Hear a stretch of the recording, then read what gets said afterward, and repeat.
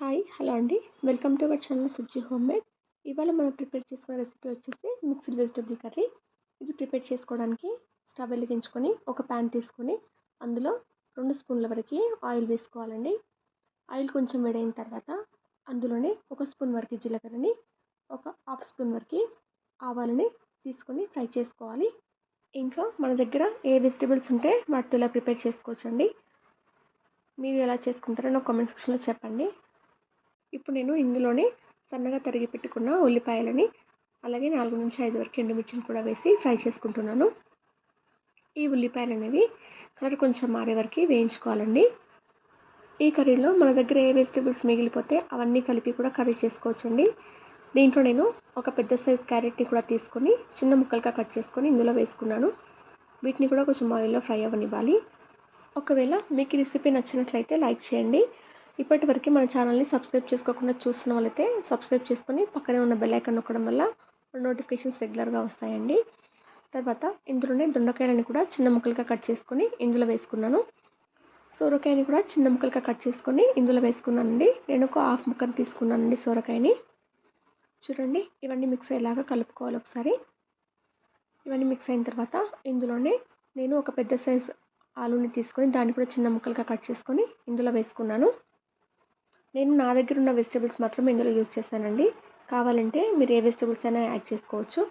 ఇందులోనే ఒక 4-5 వరకు పచ్చిమిర్చిని చిన్న ముక్కలుగా కట్ చేసి వేసుకున్నాను.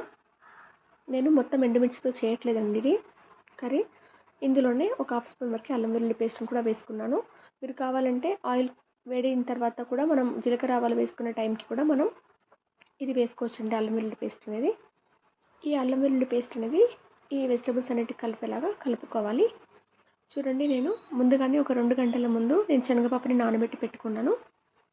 దీన్ని కూడా ఇందులో వేసుకోవాలి. ఇది పూర్తిగా ఆప్షనల్ అండి. మీకు ఇంట్రెస్ట్ ఉంటేనే వేసుకోవచ్చు, లేదంటే స్కిప్ చేసేయండి. చూడండి, దీన్ని మొత్తంగా ఇలా కలుపుకోవాలి.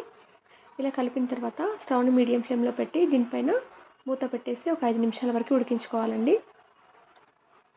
ఇలా ఉడికిపోయిన తర్వాత ఒకసారి కలుపుకోవాలండి, లేదంటే అడుగు పడుతుంది. మనం ఇంతవరకు వాటర్ యాడ్ చేయలేదు కదా. వెజిటబుల్స్ నుంచి వచ్చే వాటర్తోనే ఇవన్నీ ఉడికిపోతాయండి. ఇవన్నీ ఉడికిన తర్వాత ఇందులోనే నేను బెండకాయని కూడా యాడ్ చేశాను. ఇది త్వరగా ఉడికిపోతుంది కాబట్టి తర్వాత యాడ్ చేశానండి నేను.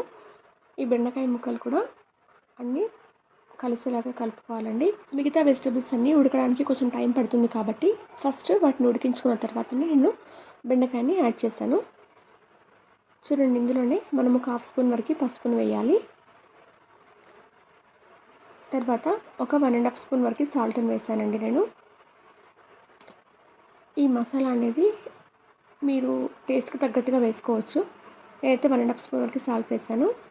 ఆ తర్వాత ఒక 1.5 స్పూన్ వరకు ధనియాల పొడిని కూడా యాడ్ చేశాను. నేను రెడ్ చిల్లీ పౌడర్ని మాత్రం 1 స్పూన్ వరకే తీసుకున్నానండి. ఎందుకంటే మనం ముందుగా పచ్చిమిర్చి కూడా యాడ్ చేసాం కాబట్టి దీన్ని 1 స్పూన్ వరకే తీసుకున్నాను. మీరు స్పైసెస్ ఎలా తింటారో దాన్ని బట్టి మీరు మసాలాను యాడ్ చేసుకోండి. ఇవన్నీ వేసిన తర్వాత ఇలా మొత్తం కలిసేలాగా కలుపుకోవాలి ఒకసారి. స్టవ్ని మాత్రం లో ఫ్లేమ్లో మాత్రమే పెట్టుకోండి. ఇందులో టొమాటోస్ కూడా యాడ్ చేయాలండి. చూడండి, ఇలా మొత్తం కలిసిన తర్వాత ఇందులో మనం ఒక హాఫ్ గ్లాస్ వరకు వాటర్ వేయాలండి. మీరు పెద్ద గ్లాస్ అయితే హాఫ్ గ్లాస్ తీసుకోండి, చిన్న గ్లాస్ అయితే ఒక గ్లాస్ మొత్తం వాటర్ వేసి ఇలా మొత్తం మిక్స్ చేసుకోండి. మీరు కర్రీలా ప్రిపేర్ చేసుకోవాలంటే వాటర్ కొంచెం ఎక్కువ తీసుకోండి. నేనైతే దీన్ని ఫ్రైలాగే ప్రిపేర్ చేసుకున్నా కాబట్టి వాటర్ కొంచెం తక్కువే తీసుకున్నాను. ఇందులో నేను ముందుగా ప్రిపేర్ చేసుకున్న నువ్వుల పొడిని కూడా యాడ్ చేసుకున్నానండి. మనం నువ్వుల పొడి యాడ్ చేయడం వల్ల ఫ్లేవర్ చాలా బాగుంటుంది కర్రీకి, అందుకని నేను యాడ్ చేసుకున్నాను. మీరు కూడా ఇంట్రెస్ట్ ఉంటే యాడ్ చేసుకోవచ్చు, లేదంటే స్కిప్ చేసేయండి. ఈ నువ్వుల పొడి మొత్తం కలిసేలాగా కలుపుకొని ఒక 2 మినిట్స్ వరకు ఉడికించుకోవాలి. ఇందులోనే సన్నగా తరిగిన కొత్తిమీరని, కరివేపాకుని కూడా వేసి కలుపుకుంటే మన కలర్ఫుల్ మిక్స్డ్ వెజిటబుల్ కర్రీ అనేది ప్రిపేర్ అయిపోయింది. పిల్లలు సెలెక్టెడ్ వెజిటబుల్స్ తింటారు కాబట్టి ఇలా అన్ని వెజిటబుల్స్ ఒకసారి కర్రీ చేసి పెట్టండి, వాళ్ళు కూడా ఇష్టంగా తింటారు. మీరు శనగపప్పు ప్లేస్లో పెసరపప్పు కూడా వేసుకోవచ్చండి. అలా వేసినా కూడా కర్రీ చాలా టేస్టీగా ఉంటుంది. మీరు కూడా ఒకసారి ట్రై చేసి చూసి ఎలా వచ్చిందని నాకు కామెంట్ సెక్షన్లో చెప్పండి. మా బేబీది కూడా ఒక ఛానల్ ఉందండి, శ్రీహర్ని డ్యాన్స్ వీడియోస్ అని. తన ఛానల్ లింక్ నేను డిస్క్రిప్షన్లో మెన్షన్ చేస్తాను.